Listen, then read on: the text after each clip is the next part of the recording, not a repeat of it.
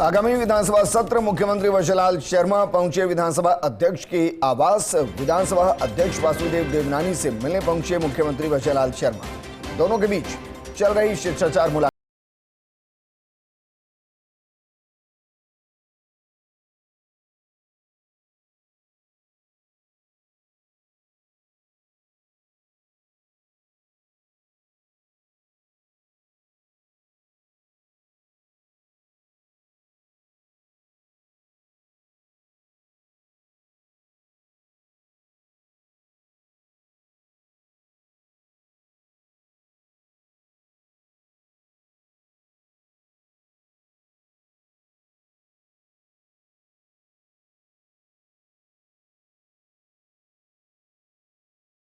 Editor Yogesh Sharma जुड़ गए हैं। योगेश जी, क्योंकि हर शिष्टाचार मुलाकात अपने आप में पॉलिटिकल नेताओं के बीच में पॉलिटिकली मुलाकात में बदल जाती है, क्या आपको लगता है कि उन तमाम मुद्दों पर बातचीत इस दौरान शिष्टाचार मुलाकात में हो सकती है जो आगामी सत्र के दौरान नजर आएंगी? देखिए विजेंद्र, ये बात सही है। जब भी विधानसभा सत्र समीप होता है और उसका आगाज होने वाला होता है, उससे कुछ समय पहले, कुछ दिन पहले ही इस तरह की मुलाकातों का दौर चलता है।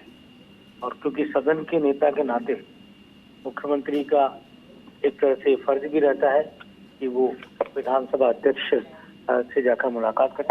तो कुछ देर पहले ही वासुदेव देवनानी के आवास पर मुख्यमंत्री भजनलाल शर्मा पहुंचे हुए हैं।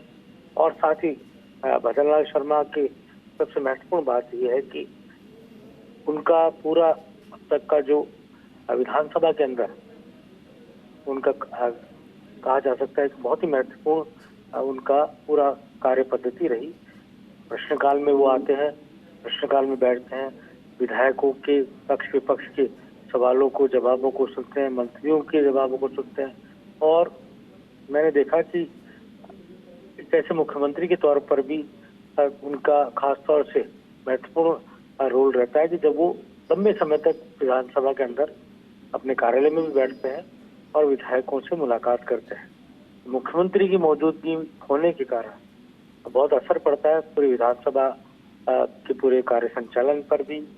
सदन के नेता की मौजूदगी से मंत्री जो जवाब देते हैं उनकी कार्यकुशलता को भी जांचने का अवसर मुख्यमंत्री को मिलता है। और साथ ही मंत्री खुद भी पूरी तैयारी के साथ आते हैं और जवाब देते हैं। विधानसभा अध्यक्ष भी कुछ राय रखते हैं अपनी ओर से, खास तौर से जो पेंडेंसी है। काफी हद तक तो वासुदेव देवनानी ने पेंडेंसी दूर करने का प्रयास किया कि सवालों में जो जवाबों की देरी होती है सरकारी महकमों से, तो विधानसभा को जवाब मिलने चाहिए। वो पेंडेंसी 75% तो कंट्रोल में आ चुकी है, लेकिन अभी भी 25% जो जवाब है वो आने शेष है। तो ऐसे में उनकी भी संख्या बड़ी कहा जा सकता है ज्यादा होती है। तो ऐसे में ये कोशिश है कि मुख्यमंत्री जो सरकार के मुखिया है उनको कहकर जल्द से जल्द जवाब देने की प्रक्रिया को और सुचारू बनाया जाए। जी, लेकिन योगी जी, क्या है कि कोई ऐसी व्यवस्था होती नहीं कि भाई टाइम बाउंडेड सवालों के जवाब हो? क्योंकि हम ब्यूरोक्रेसी में देख रहे हैं, ब्यूरोक्रेसी में एक एक्सपेरिमेंट किया गया कि भाई कोई भी फाइल किस टेबल पर कितने वक्त है इसको मॉनिटर किया जाए और उसके डिस्पोजल के टाइम को मिनिमम किया जाए।